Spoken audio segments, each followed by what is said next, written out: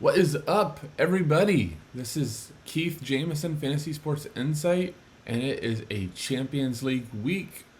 For us soccer people, is such beautiful news because we actually have some prize pools to attack, some extra people playing in the lobbies that normally aren't here. Just a really good chance for us to hopefully clean out. Um, Again, I'll be taking you through all of the positions. Plan today is the 4-gamer for DK, and at the end I will have a 2-gamer for FanDuel. If you're looking for that, if you look in the comments, I'm just going to timestamp out when FanDuel starts. Without further ado, let's just jump in. Actually, I do want to go over kind of idea of content schedule the rest of the week, so I'm going to try to drop another one tomorrow, covering both the FanDuel 2-gamer and the DK 2-game. Thursday's Europa, which I love. I'm going to try to post some content for that. Friday we have Interleague, Saturday EPL, and that is how soccer goes. We have a ton of stuff really quick. I am going to be trying to do these daily. Hope you all enjoy. Love it if you guys can give me reviews, share the video, or give me feedback, good, bad, pronunciation, whatever. I just love the interaction. Makes me feel pretty cool to see the 6 of you out there watching. We can get more. We can maybe push it to 7. Be fantastic. But with all that being said, let's just jump into the plays. I know that's what you're here for. So, let me just go over the slate as I see it off the rip. So, I think the highest owned player in cash, and when I say cash, I'm guessing most of y'all aren't here just to play the GPP. More serious players are in those cash lobbies where ownership is a lot sharper. So when I go, Paulo Dybala is probably the biggest lock of the slate and the highest owned. I'm talking about in cash games. I'm sure if we look in the big GPP, the likes of Messi, Lewandowski, Ronaldo are going to be higher owned because they're bigger names.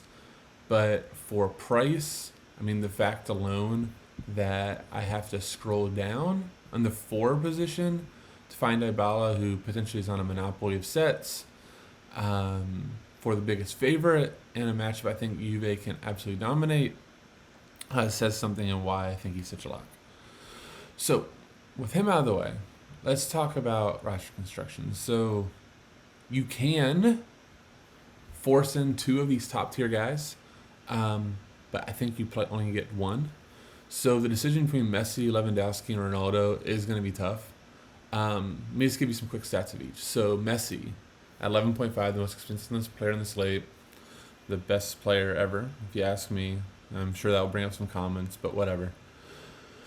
Fresh off of 4 goals last game.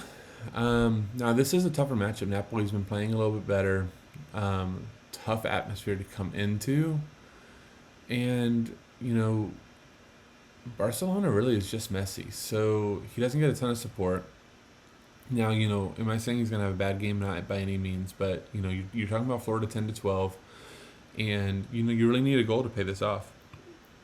Lewandowski is at Chelsea, which, if you watch these games, Chelsea have not been impressive, and Lampard is deciding that Kepa is not going to be his goalie. Caballero blows, if you ask me. So Lewandowski now has 6 straight with a goal in all competitions, 8 and 6. So, the chances that he scores are pretty high. You get a little bit of a break off of Messi. Surprisingly to me, Ronaldo is probably the cheapest of all 3, with the best match of all 3. Now has goals in 14 of 15 games in all competitions, 19 goals in that time. I think he is who I'm going, despite Dybala. I really don't get caught up in this, exposure to each team. I don't need a Barcelona piece. Technically, I don't need a Bayern piece.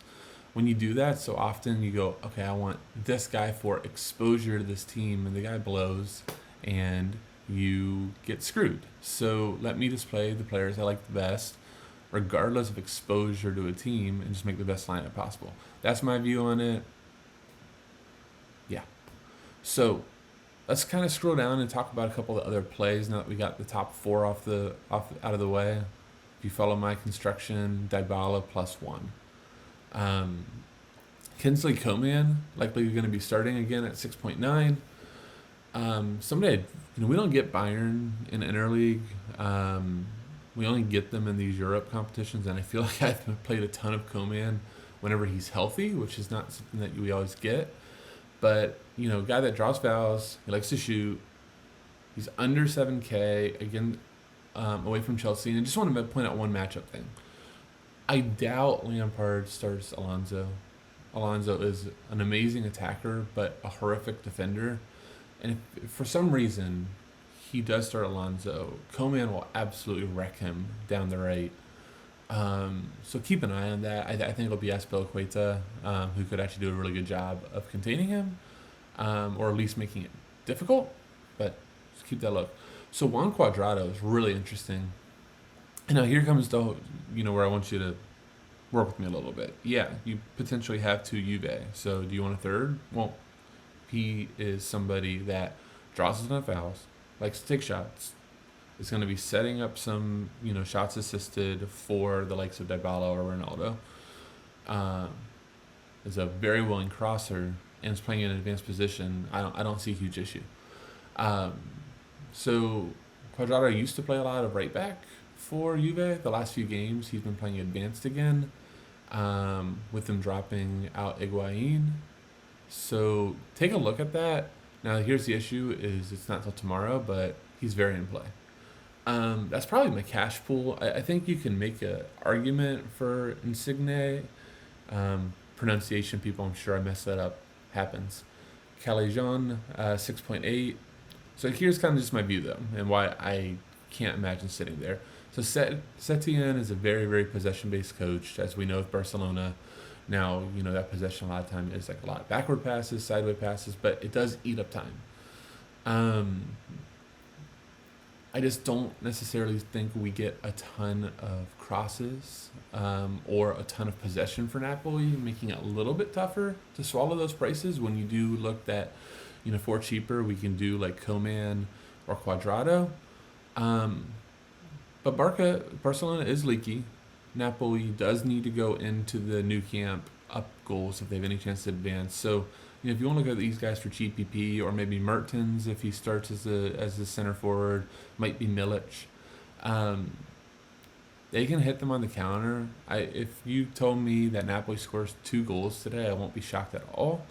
But again, when I'm looking at floors and looking more over a cash game construction, I just can't really see it. For GPPs, Benzema, Mahrez, Aguero, Abraham, the Lyon guys, or Napoli guys, sure. Again, more GPP, do whatever you want. Midfield.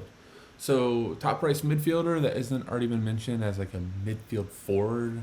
Hopefully DK eventually gets rid of that, but that's for another video. At 10.3. So I already kind of told y'all what I think of that. I think you're getting picking one of Messi, Lewandowski, or Ronaldo, which does not leave you room for KDB. It is in the Bernabeu, so it's tough to see City just dominating position like they do in EPL. Those huge KDB games come into play when City, is struggling to score, and they're just getting corner after corner after corner after corner. He's racking up crosses, and because he's such a good set piece taker, a lot of those are leading to shots. And all of a sudden, you look down, and he has 18 DK at halftime. I don't see that being the case. Now, can he show up with a goal or an assist and make me look like an idiot? Absolutely. I think Toni Kroos, 6.5, is going to be pretty popular in cash. He is close to a set monopoly. We've seen Modric steal some here and there, but more or less it's a monopoly. He also gives you some defensive peripherals. Is a willing shooter. So at 6.5, if you're looking for like that 8 to 10, I think Kroos is a good bet. Goal or assist, and you're rocking. Isco 5.1. Sorry, I haven't been clicking along with this. We'll catch up now. But Isco 5.1 is a little underpriced. I don't see myself going there. He has been playing advanced for Madrid, but it's kind of like a false right wing if you watch the game. He has a lot of freedom just to kind of find spaces. So He's not getting huge crossing games. He does, nab a set maybe here or there from Cruz, but I don't know. I guess you could do worse. He's probably gonna be more of like a 2 game type of play for me. But 5.1, if you land there, that's fine. Tiago, just a great player. He doesn't always translate extremely well to DK scoring. But that said, anytime you're talking about a quality player, I always think it's worth a look. Uh, Pjanic, so he is doubtful for this game. Missed the game on the weekend due to injury. Most pundits, most predictions have him out for this game. But if he is in, 4.7, gets a share of set pieces. Now here's the thing. He plays that Jorginho role for Sarri, so it's a lot of just, square passes. Now, because Pjanic is a great passer, he does do a little bit more over the top to Ronaldo and things, but he doesn't. It's not the Pjanic of 2-3 years ago where you were looking at 10 DK points as a floor. So just keep that in mind. But 4.7, biggest favorite, definitely can see it. All right, here's my pronunciation, people. Feel free to come after me. But I believe it's Terrier for being French. Spelled Terrier for us Americans at 3.9. Really like him, even though it is Juve. Juve does give up some peripherals and, is not this hugely dominant possession team. So 3.9, playing in an attacking role, getting a lot of Lyon sets, I think is really in play. Now, if Traore is in, it immediately will most likely become a split. He did take over Cornet on the weekend, but those are the 3 guys. If you check out the cheat sheet on the site, you can see all the guys in the last 5 games have taken a corner and who I think might be on corner duty this week. So that's what I've got for midfield. Defender, I think, is actually incredibly interesting. At the top, Kimmich. So we gotta get some PSAs. You have to look at Bayern's formation. So over the weekend, he actually played center back. Still took the monopoly of sets, but in the Bundesliga, Bayern is just killing everybody. So there are a lot more sets. You can maybe project 6 to 8 corners for Bayern versus Chelsea, and maybe that's strong projection.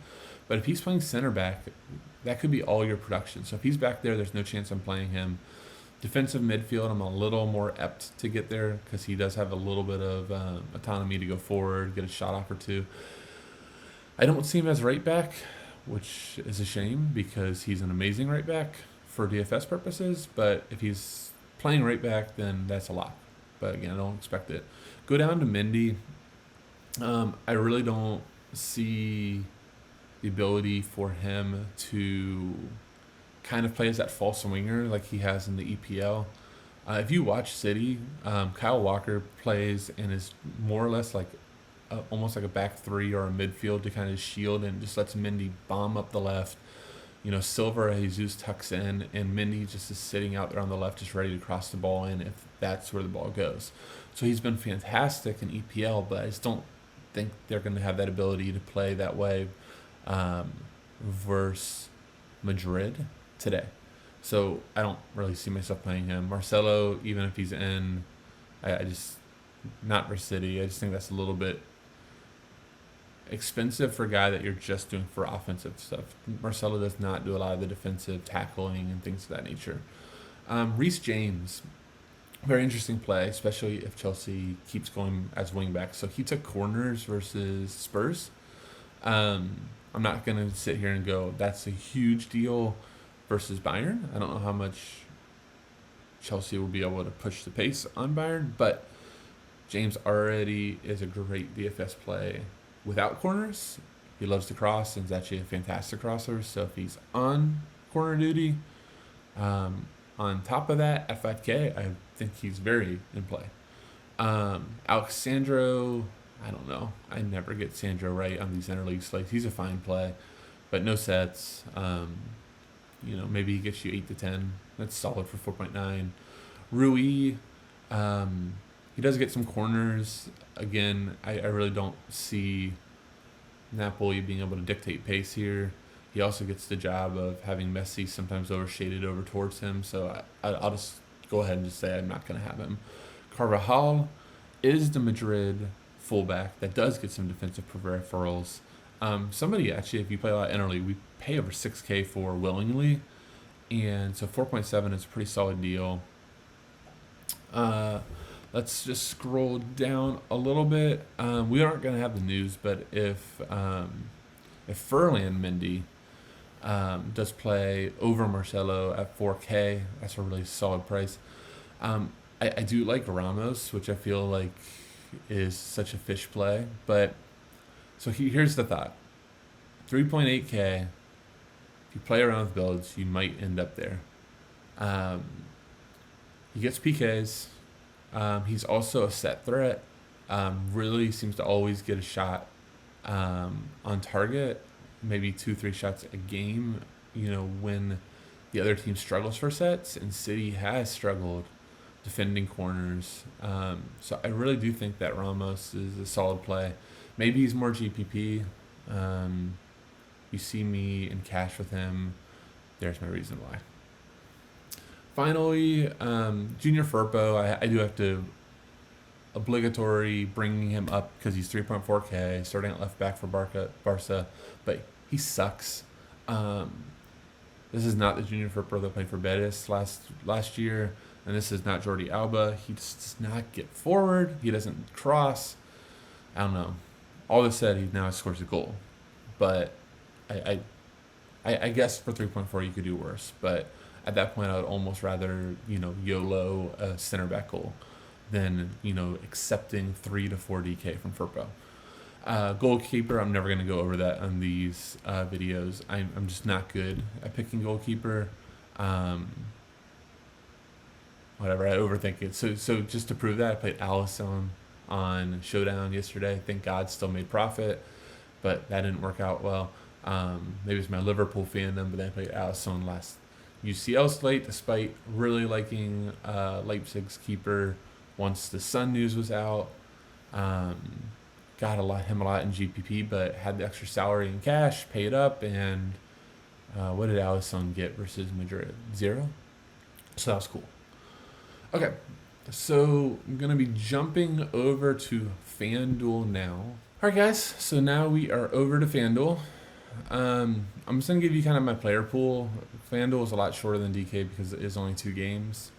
So whereas on DK, if you watch that portion, I mentioned that Messi is a choice. Comparatively speaking, if you play Messi, Lewandowski, or Ronaldo, here we just lock in Messi and Lewandowski. I went over those stats, but Messi's fresh off a 4 goals last game. Everything goes through Messi for Barcelona. And he still has a shot floor.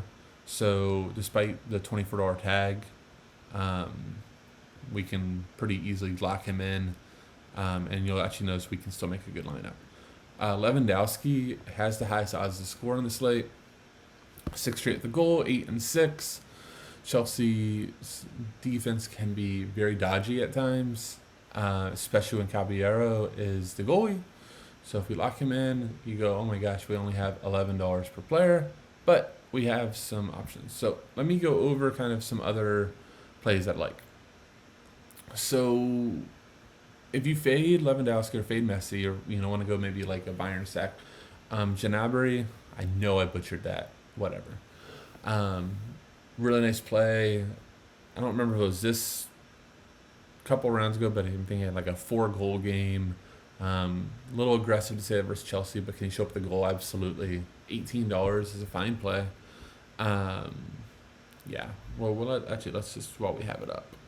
Let's see how close I was to being right. Yeah, versus Spurs, October 1, 4 goals and assists, 105 FanDuel points. That's just hysterical to see. Okay, so after Gnabry, we have Insigne, 15, does like to shoot. I think more of a GP play if Napoli can catch Barcelona on a counter. But I do like him, and we did see last game he is taking PKs. Let's just make sure that get this view fixed for you.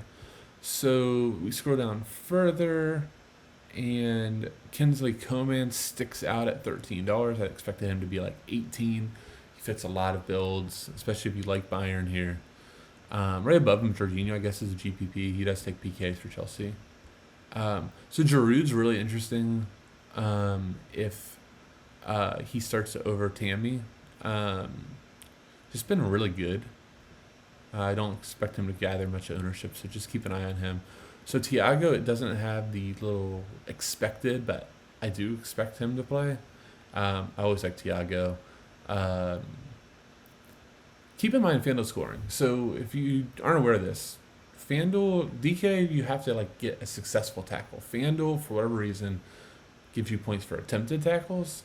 So these defensive midfielders are a lot more in play than they would be on DK.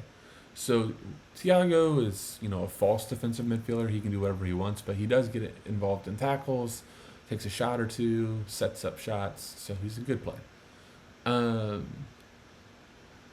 Scroll down further. Busquets is in play, I guess. Diego Demi, again, a very active tackler, so you could definitely do worse. Zielinski, more of a DK play, likes to cross and do more of DraftKings type of things. But Fabian Ruiz at $10. Again, you get rewarded for attempted tackles, not necessarily successful. And Ruiz is just a really quality player.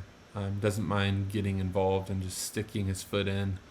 So, can you get 10 to 15 FanDuel from him without a goal or assist? Very possible. And kind of make some of these builds work. De Jong is fine. Arthur, fine too.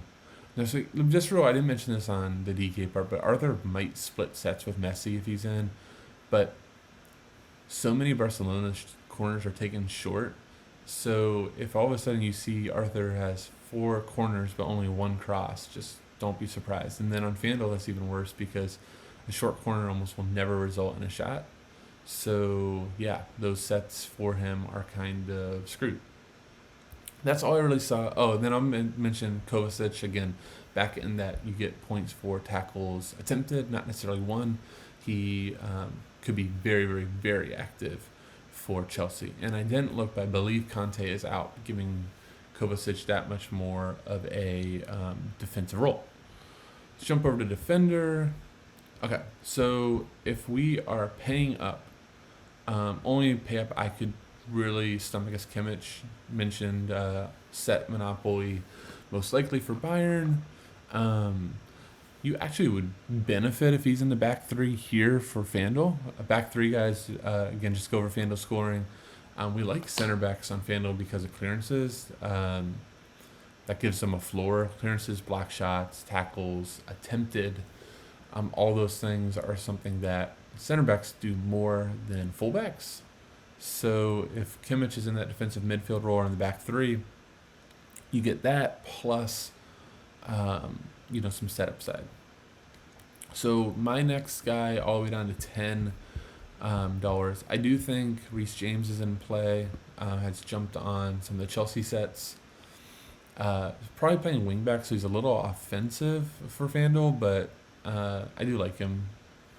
The next 3 that I mentioned are going to all be center backs. So Rudiger could end up being very, very busy on Chelsea's back line. I think he actually has a double-digit floor for that reason. Same can be said for his partner, who actually is down here at 8. It's probably going to be Christensen at $8, which again, for Chelsea, who might be facing a ton of crosses because Bayern loves to cross, is a really fine play. Don't pay attention to this 5.19. I think he's a double-digit type of guy today. Final guy is Lenglet for Barcelona. I do think he may have to be involved in some clearances and also has shown up for goals lately. So I think he's fine. And I should have mentioned Maximovic with Koulibaly out. Could be really busy on Napoli's backline. So that's FanDuel. We'll have more FanDuel tomorrow. But I just want to thank everybody at this time for tuning in. Please loved all the feedback that I got last week. I really am glad that y'all enjoyed. If there is any other questions I can answer for you, hit me up, GatorGuy231 on Twitter. Again, just a sales plug. So this is all a preview based on kind of things we see now. But in soccer, so much is being done after lineups come out. FSI subscription is as low as $3 a day or $10 a week. Cover all the showdowns, cover all the formations, cover all the changes based on lineups being in. So it really is a great deal. Jump in. Would love to see you all there. And that is all I have for today. Take care, guys.